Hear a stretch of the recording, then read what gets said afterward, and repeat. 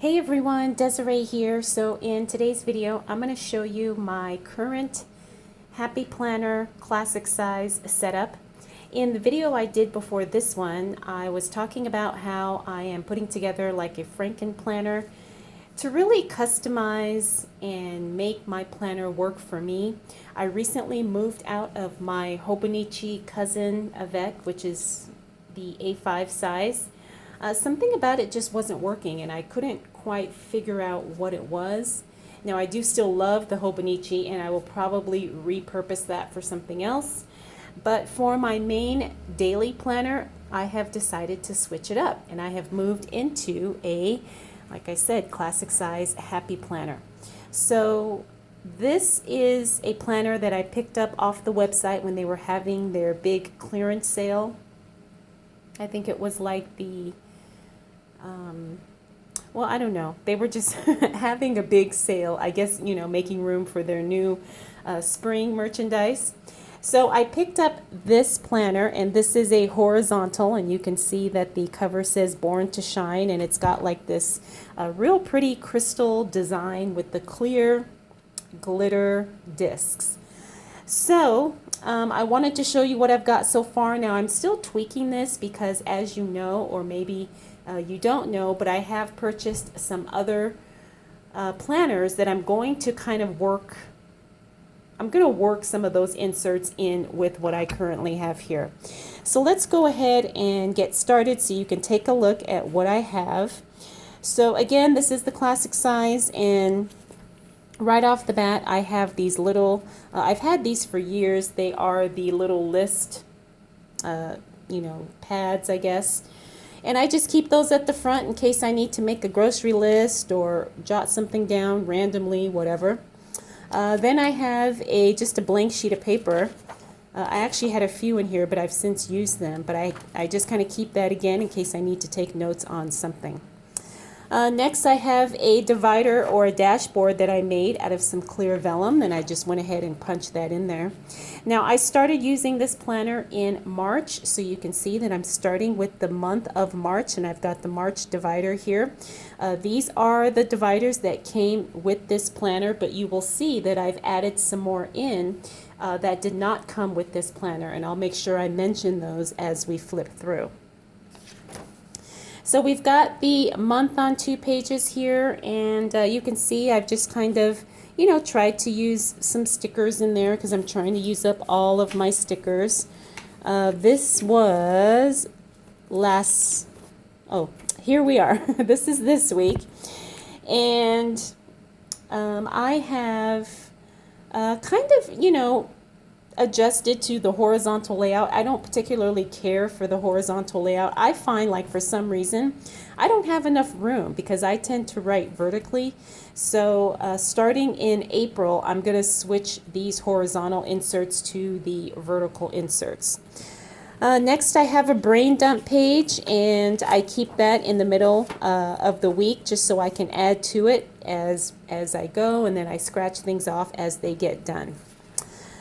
And then this is next week, and then we will be into a brand new month.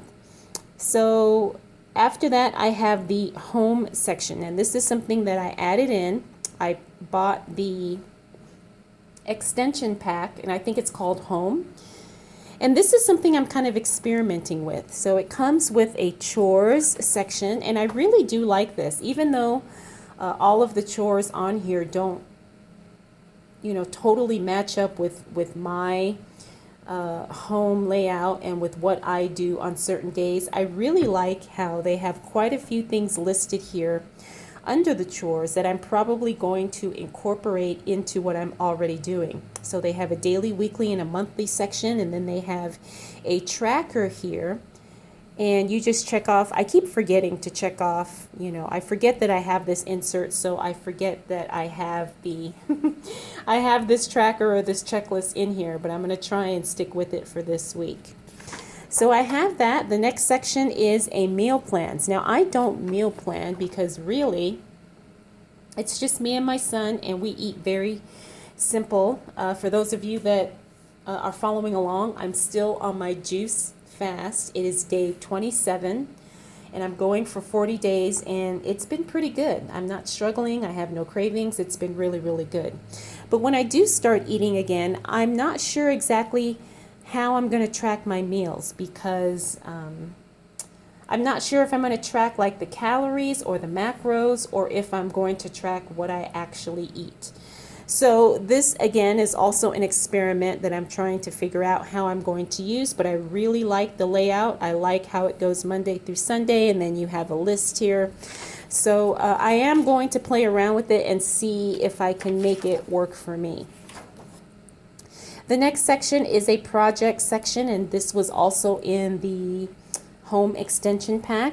And I haven't used these pages yet, but I really, really like the way they're laid out. You have like an inspiration, sketches, and then project, and then, you know, you have a little section here for supplies, what you need to buy, how much it's going to cost, and so forth. So I do have a couple of home projects that I'm going to be tackling this spring and also throughout the summer. So this is a really good place for me to kind of brain dump and to kind of map things out, because I do like to do that before I do anything, you know, major. Now we're getting into the work section. Now these inserts are from Limelife Planners. I pulled out the month of March from my Limelife planner and I added it into here. It's roughly the same size as the Happy Planner, so it worked out really, really well. So I have my March goals page, and then you have the month on 2 pages here, which I haven't quite filled out. And then here we are for today, and I didn't fill out all the things I have to do today and tomorrow actually for the week. That's something I need to work on.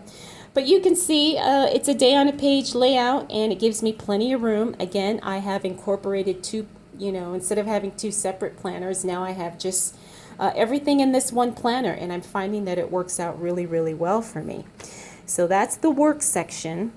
Now after, and I only have the month of March in here because I wanted to make sure it works before I added in April, which I probably will do. So the next section, well, I have another March tab here. And this is my social media section. Now, I do social media for myself as well as for some clients that I'm working for, so I really need a separate section just to manage all of it, because as it stands now, I'm bouncing between about 6 different social media accounts, including my own. So in order to keep myself straight and not get too confused or overwhelmed, I have added a social media section behind my work section in this planner. So I can't show you this week because I do have some content scheduled for clients that has not been made public yet. But this is next week, and you can see it's just the vertical layout. These are Happy Planner inserts that I pulled from another planner, and I'm going to use this to schedule out social media posts, like I said, for clients. And it works really well because some of the posts that I do for them are done by time. So like, you know, if it's the morning, if it's the afternoon or the evening, I can put, you know, what time whatever content is supposed to go live. So I really like having this with the work section in one book, because before I was managing it in 2 separate planners, and this has really made it a lot easier for me. Next I have the April section, and I haven't quite figured out, or I should say the month of April. I haven't quite figured out if I'm going to keep the April social media in here. I think I will. But I do have to add in a section for April for my main planning, and then I'm going to have to add in a section for April work planning. But I just threw this in there kind of as a placeholder because sometimes when I'm scheduling social media content, we do it like 3 to 4 weeks out, and so I wanted to have a place to capture April stuff if I needed it. Okay, so now we have April again, but this is these inserts are from the Park Lane Discbound Planner, which I picked up from Joann's. I did a video showing a really in-depth overview of those planners. It should be the video right before this one on my channel if you didn't see it and you're curious to see all the details. So this is April. It doesn't have a divider, but what I'm thinking is this will be maybe my April main planner, because it does have the vertical layout, which I love, and because, you know, it's a very plain, not too busy insert, so I can use this for my main like home life type of planning. But I haven't decided yet, but again, I put it in here just as a placeholder, just so I can make sure that, you know, when I do decide, that I have the space for it and it's not too much on the disc, because I don't really want to use the expander disc. I want to keep these size discs because I find that they're just easier to maneuver. Okay, so that is April. Then next we have May, and these are the Happy Planner inserts. Again, I think these are going to be, like I said, I can't decide if this is going to be my main planner or if this is going to be for work. I'm still trying to figure it out, but I do have, you know, the remainder of the months for the remainder of the year. So it goes all the way until December of 2021. And so I have that in here. And then I have another laminated dashboard that I made. And then I have a folder here in the back just for any loose papers or stickers or whatever. And then I have the date stickers that came with the Happy Planner for me to use on the months or on the tab dividers or on the weekly spreads or whatever. And that is it. So that is my Happy Planner layout, my main layout, or my main planner. And it's working really, really well.